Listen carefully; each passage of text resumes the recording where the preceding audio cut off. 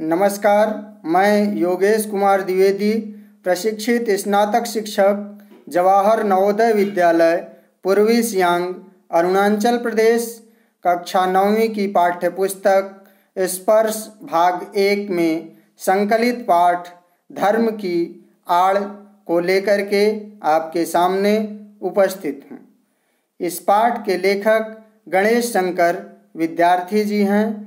गणेश शंकर विद्यार्थी जी ने इस पाठ के माध्यम से हमें यह संदेश देने का प्रयास करते हैं कि हमें धर्म और ईमान के मूल अर्थ को समझना चाहिए तथा धर्म के ठेकेदारों के चक्कर में नहीं पड़ना चाहिए, उनके बहकावे में नहीं आना चाहिए। इस पाठ में वे धर्म एवं ईमान के नाम पर अपनी दुकान चलाने वाले लोगों पर करारा प्रहार करते हैं।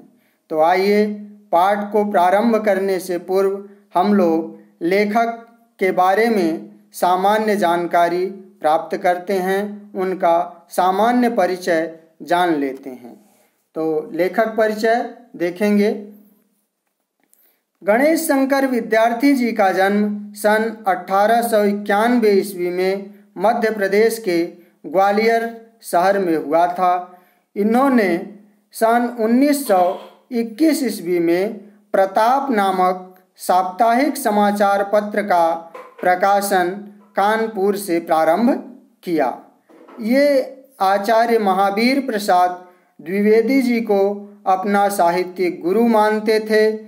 इनका ज़्यादातर समय जेल में ही बीता, क्योंकि ये एक स्वतंत्रता सेनानी थे, इसलिए इन्हें अंग्रेज बार बार गिरफ्तार करके जेल में बंद कर देते थे। कानपुर में सन 1931 ईस्वी में मचे सांप्रदायिक दंगों को शांत करवाने के प्रयास में ही इनकी मृत्यु हो गई। अब हम लोग पाठ को प्रारंभ करेंगे, पाठ को देखेंगे।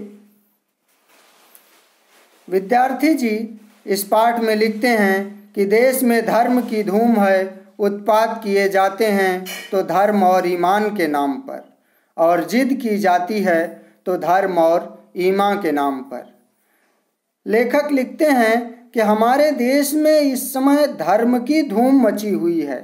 सभी लोग धर्म के पीछे इस प्रकार पड़े हुए हैं कि उन्हें आपसी भाईचारे, सद्भाव इत्यादि की कोई परवाह नहीं है। हर जगह अगर कोई उत्पात होता है तो वह धर्म के नाम पर होता है, कोई दंगा होता है तो वह धर्म के नाम पर होता है, और धर्म के नाम पर लोग एक दूसरे को मारने और स्वयं मरने के लिए भी तैयार रहते हैं। तो इस पाठ में विद्यार्थी जी हमें यह बताना चाहते हैं कि हमें धर्म और ईमान को तो समझना चाहिए, लेकिन उसके लिए हमें बिल्कुल आंखें नहीं मूंद लेनी चाहिए। वे आगे लिखते हैं कि इसमें जो साधारण आदमी होता है, धर्म और ईमान के नाम पर पिसता है, उसका तो बस यही दोष है कि वह कुछ भी नहीं समझता बूझता, और दूसरे लोग उसे जिधर जोत देते हैं उधर जुत जाता है। यानी धर्म के नाम पर जो ठेकेदारी करते हैं, जो अपने आप को धार्मिक गुरु या धर्म का सबसे बड़ा आदमी मानते हैं, उनके कहने पर साधारण आदमी आ जाता है। यही साधारण आदमी का सबसे बड़ा दोष है। वे कहते हैं कि यह स्थिति हमारे देश में ही नहीं है, बल्कि धर्म और ईमान के नाम पर पाश्चात्य देशों में भी ऐसा ही खेल खेला जा रहा है। वे लिखते हैं कि पाश्चात्य देशों में धनी लोगों की गरीब मजदूरों की झोपड़ी का मजाक उड़ाती हुई अट्टालिकाएं आकाश से बातें करती हैं। वे लिखते हैं कि पश्चिमी देशों में, जो यूरोपीय देश हैं, वहाँ भी जो संपन्न लोग हैं, उनकी जो अट्टालिकाएं होती हैं वो गरीबों द्वारा बनाई गई होती हैं, किंतु उनकी झोपड़ी का मजाक उड़ाती हुई प्रतीत होती हैं। शायद इसी कारण वहाँ पर साम्यवाद और बोल्शेविज्म आदि का जन्म हुआ।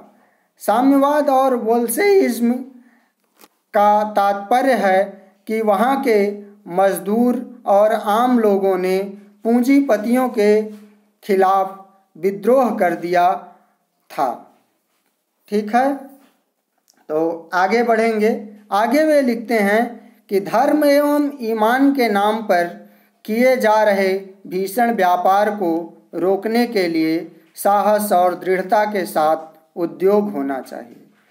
अगर हमें धर्म और ईमान के नाम पर यह जो भीषण व्यापार किया जा रहा है, दंगे फसाद कराए जा रहे हैं, लोगों को आपस में लड़ाया जा रहा है, एक दूसरे का दुश्मन बनाया जा रहा है, उसे रोकने के लिए साहस और दृढ़ता के साथ उद्योग करना चाहिए। साहस और दृढ़ता के साथ हमें काम करना होगा। जब तक ऐसा नहीं होगा तब तक भारत में हर दिन बढ़ने वाले इस झगड़े को हम कम नहीं कर सकते। नित्य प्रति बढ़ते जाने वाले इस झगड़े को कम नहीं किया जा सकता। वो आगे कहते हैं कि धर्म की उपासना के मार्ग में कोई भी रुकावट न हो। धर्म किस प्रकार से हो उसके बारे में वो लिखते हैं कि धर्म की उपासना के मार्ग में कोई भी रुकावट न हो। जिसका मन जिस प्रकार चाहे उसी प्रकार धर्म की भावना को अपने मन में जगावे। वे लिखते हैं कि धर्म और ईमान के नाम पर किसी पर जोर जबरदस्ती नहीं होनी चाहिए। जिस आदमी का जिस तरह से मन करे उस तरह से उसे धर्म को अपनाने, अपने धर्म के अनुसार आचरण करने की स्वतंत्रता होनी चाहिए। धर्म और ईमान मन का सौदा हो। वो लिखते हैं कि धर्म और ईमान हमारे मन का व्यापार होना चाहिए, मन का सौदा होना चाहिए। ईश्वर और आत्मा के बीच का संबंध हो। धर्म और ईमान हमारे ईश्वर और आत्मा के बीच का संबंध हो, आत्मा को शुद्ध करने और ऊंचा उठाने का साधन हो। धर्म और ईमान के द्वारा हम अपने आत्मा को ऊंचा उठाएं, उसको शुद्ध करें। वह किसी भी दशा में किसी दूसरे व्यक्ति की स्वाधीनता को छीनने या उसे कुचलने का साधन नहीं होना चाहिए। किसी भी प्रकार से धर्म को दूसरे की स्वतंत्रता में बाधक नहीं होना चाहिए। उनके कहने का तात्पर्य यह है कि हर व्यक्ति धर्म के अनुसार, अपने धर्म के अनुसार काम करने के लिए स्वतंत्र होना चाहिए, लेकिन उसे इस बात का भी ध्यान रखना होगा कि उसके इस स्वतंत्रता से कहीं दूसरे को कष्ट तो नहीं हो रहा है, अर्थात उसे सबके धर्म का समान रूप से आदर और सम्मान करना चाहिए। वे आगे कहते हैं कि अजान देने, शंख बजाने, नाक दबाने और नमाज पढ़ने का नाम धर्म नहीं है। कि अगर कोई अजान देता है, नमाज पढ़ता है, शंख बजाता है और नाक दबाता है तो इसका नाम धर्म नहीं है। शुद्धाचरण और सदाचार ही धर्म के स्पष्ट चिन्ह हैं। वो कहते हैं कि शुद्ध आचरण और सदाचार, ऐसा आचरण जो बिल्कुल शुद्ध हो और ऐसा कार्य जिसमें किसी भी प्रकार का छल कपट राग द्वेष न हो, वही धर्म का असली चिन्ह है, वही धर्म के असली प्रतीक हैं। वो अंत में लिखते हैं कि इस तरह से धर्म और ईमान के मूल अर्थ को समझने की आवश्यकता है और इसको समझने के बाद वो सबको संदेश देते हैं कि हे प्राणी मात्र, हे मनुष्यों, आप सभी पशु बनना छोड़ो और आदमी बनो। पशुओं की तरह एक दूसरे से लड़ना, बैर करना छोड़ो और एक दूसरे के सुख दुख में शामिल होना आदमी जैसा सीखो। इस तरह से यह पाठ समाप्त होता है। इसका मूल जो अर्थ है, मुझे उम्मीद है कि आप लोगों को समझ में आ गया होगा। धन्यवाद।